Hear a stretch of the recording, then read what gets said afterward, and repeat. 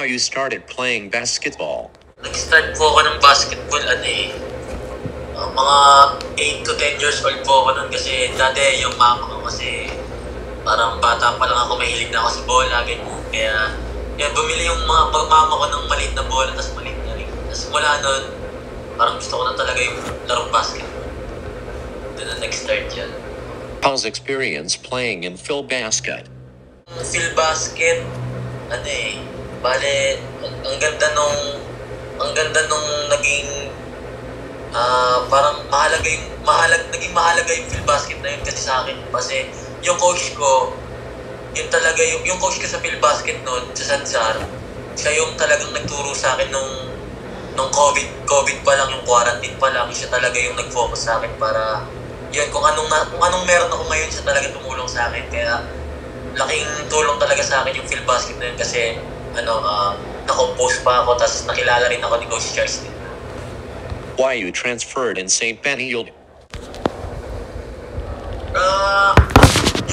Transfer ko sa St. Benilde parang biglaan lang yun.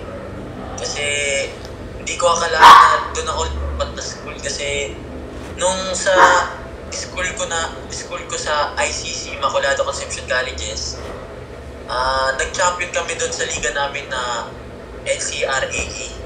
Tapos yung coach ko dati doon, parang anong nangyari, parang nawala siya sa school namin. Tapos yung coach namin na yon, parang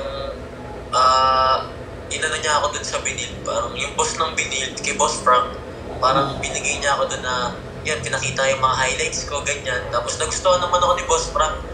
Yun, swerte lang din. Dalawa kami nung Mondoa na nakalipat kami sa St. Benilde. Kaya talagang blessed lang din yung nangyari. How's so far experience playing in the NCAA? Yung experience ko sa NCAA ngayon is grabe yung physicality, ganyan. Tapos kailangan focus ka kasi grabe ang daming crowd.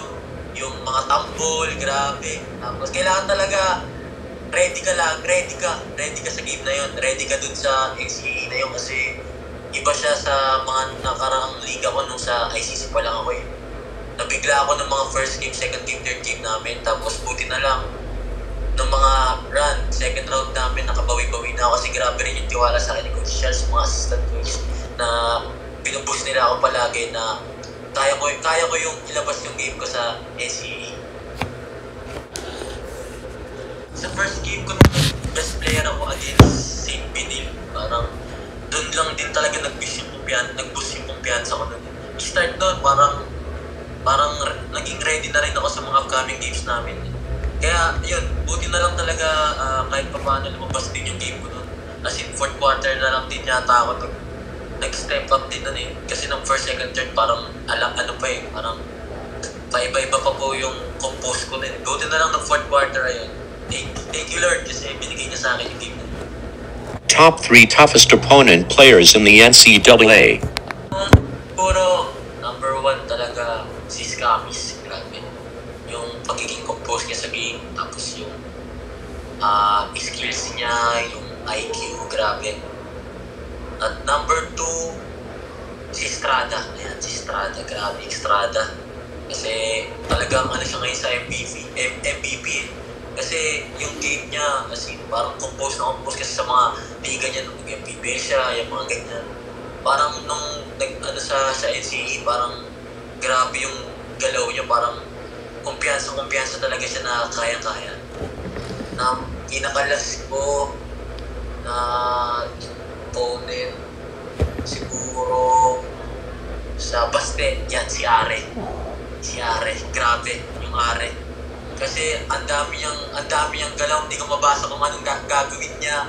Grabe, yung compose niya kahit na-lead niya, slasher, umitira sa labas, kaya niya makipag 1v1 yan. Tapos yung yung mga pass break niya ng yung mga isolation niya, grabe.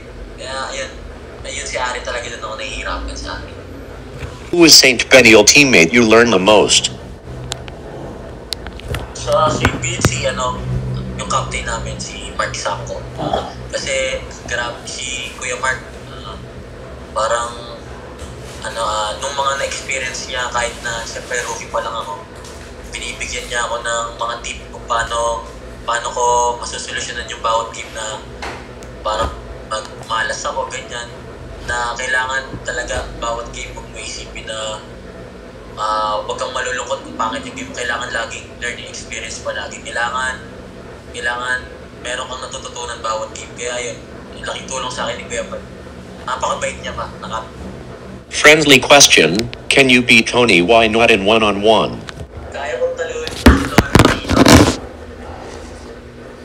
Di ko alam kung kaya ko siya. Pero kaya naman. Kaso di ko makita sa kanya na ano ko siya, kalabaw ko siya. Kasi grabe si Inon sa akin. Kasi napakabait niyang tao. Kasi napakabait niyang teammate. Kasi kahit na ang dami niya experience, napakabait niya sa mga player. Rookie pa lang ganyan. Pero ngayon, hindi ko pa kaya. Ngayon, aminado ko, hindi ko pa siya kaya. Pero kasi grabe yung experience niya. Grabe yung pagiging compose niya sa game. Kasi lagi kami sinasabihan ng palagi kapag minamalas kami ganyan. Grabe yung inot sa amin sa pinit. Kaya kung mag-1v1 kami, tingin ko, dikit naman. Dikit naman kung tingin ko kaya naman kung shooting lang. Mga shooting. Kaya naman siguro. Why you choose jersey number 13? Yung 13 talaga is birthday ko yun. December 13 ako yun. Yun talaga, yun lang yung nasa ko ng 13. Kaya, kasi nung bata pa lang ako, 13 na talaga number ko. Kaya siguro ngayon, yun, ginamit ko na lang yung 13 hanggang ngayon. 13. Yung 77 nun, sa jersey ko nun is kaya kasi may 13 kami, siguro ko dati, 13 siya. Kaya, sabi ko, yung 77, parang, idol ko kasi si Luka Doncic eh. Kaya, pinili ko talaga yung 77 kasi grabe yung IQ niya, yun, parang kahit pa paano, ginagaya ko rin siya. Yun, kasi, parang yung playing style niya na napakadali lang ng basketball sa kanya rin. Kaya 77 na lang din talaga yung pinili. Yun, buti na lang ngayon, yung sa NCAA, kinausap ko si Paul Turco na kasi lagi na lang siya 13. Sabi ko baka kahit pa paano naman ngayong season na natin rin na akin na yung 13. Buti, ang bait kasi yung teammate ko na yun si Paul Turco. Ayaw pumayag siya ng 13 lang. Malas daw sa kanya yung 13. What do you learn from Coach Charles right now? Kaya anong dami ko natutunan sa kanya. Kasi sa isang taon ko, nung rookie pa lang ako, ang dami ko natutunan na pagiging, kahit rookie pa lang ako, kailangan maging veterano ko sa game, compose. Ang dami yung tinuro sa akin na kailangan yung pag-read ko sa loob ng court. Tapos, yung sa defense ko, ganyan.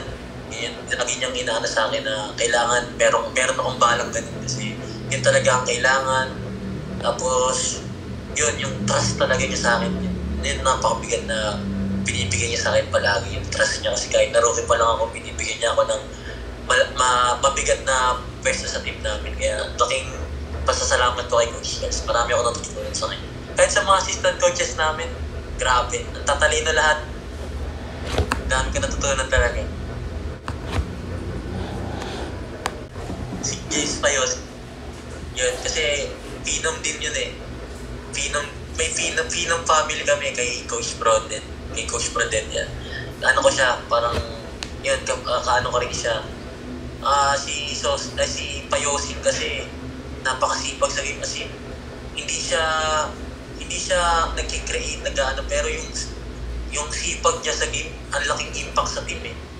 Kasi kaya ganun siguro, kaya nag-champion din talaga yung Beda nun, tapos siya yung nag-finals MVP kasi grabe yung sipag niya, parang siya buhay pa siya. Kaya all around, tapos yung mga offensive rebound niya, depensa niya, hustle, grabe. Yun ang gusto kong maging ka-teammate. Kung sakali sana lumipat siya sa Binibus. Kasi tingin ko si Inot last year yan. Ngayon, sa tingin ko, kaya namin mag-champion. Talagang pinipilit namin na kunin yung championship yun kasi grabe yung effort namin, yung mga coaches namin, grabe yung effort, yung mga boss namin, yung sa suporta, sa buong CSP community. Kasi kaya kami ngayon, ang iniisip namin bawat team is kailangan laging championship game. Di naman porket na sa championship doon ka lang talaga focus eh. Siyempre, bawat game namin kahit elimination pa lang, ganyan, pinipilit namin na kailangan maging compose kami bawat game, tapos kailangan wala kaming pinipiling kalaban. Kailangan lagi ready lang palagi. Kailangan talaga. Kaya yun, pasasalamat kasi sa mga teammates ko na wala namang lumalaki sa amin. Tulungan kami yung tiwala sa kapag natatalo kami, ganyan, talagang hindi kami naman nagsisisiyan eh. Nag-uusap-usap kami na kailangan next game, iba na yung ano namin, iba na yung team namin na nakalaban nila nakaraan.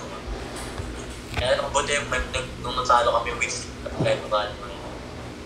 If you became PBA player, who do you want to face there? Kung gusto ko makalaban talaga sa PBA, may chance naman si James Yap talaga eh. At si ang mga James Yap at Ege Villones. Yan. Si James Yap nun, napapanood ko pa lang siya. Nung bata pa lang kasi yung papa ko, nag-aaway kami yung dalawa eh. Kasi yung panalo nung Tokentex si Nebra nung kay Brownlee, yung free throw niya. Sabi ko, isang linggo siyang hindi kakain kung natalo yung Tokentex niya eh. Idol na idol ko talaga si James Yap, yung 1 million moves niya. Tapos ngayon, si Coach Ege Villones, gusto ko talaga siya makalaban kasi lately ko lang din, nung nakaano ko siya, yun yung natuto ko sa kanya nung kinungkop niya ako. Tapos nakita ko yung mga highlights niya na grabe. Sipag niya, dedication niya sa game. Tapos yung, kasi napakabait niyang tao. Kasi ngayon, tinulungan niya ako, nasan man ako ngayon, tinulungan niya ako. Tapos yung mga nangangarap ang mga bata, may nagka-camp siya, libre lang. Grabe. Ang dami mga bata niyang tinutulungan ngayon. Yung mga umaasa na mga walang pera na gusto maging basketball player, tinutulungan niya. Parang siya yung nagiging kahit na siya yung nagbabayad, okay lang sa kanya, basta makatulong lang siya. Kaya napakabait nung Coach Ege Villones talaga. Yan, ngayon, kasama niya naman si Tito Yancy. Kaya puti na lang. Yan. Thank you, Tito Yancy, sa pagtulong din kay Coach Ege. Sa pagiging mabuting kaibigan. Kaya pag nagwang-biwang kami Coach Ege Villones, siyempre tatalunin ko siya. Kahit na niya, tatalunin ko siya. Start, bench, cut, Steph Curry, Kyrie Irving, Drew Holiday. Siyempre, number 1 talaga ako si Steph Curry. Okay, Steph Curry yung ko talaga rin eh. Idol ko si Steph Curry. Yung siya yung starter ko. Siguro sa bench ko, ang hirap eh. Jero Holiday, tapos si Kyrie Irving. Ay nako, open versus defense. Grabe, yun ang pinakamahirap eh. Si Kyrie Irving kasi idol na idol talaga siya eh. Bata pa lang ako, idol ko siya. Pero nung nakita ko yung game ni Jero Holiday na yung defense niya, parang ang sarap panoorin kasi kaya i-stop eh. Siguro nag-champion din yung Boston kasi ang dami niyang in-stop na player. Tingin ko ngayon, Jero Holiday muna ako ngayon. Holiday muna. Cut ko muna si Kyrie kasi may Steph Curry na ako eh. Thank you for watching.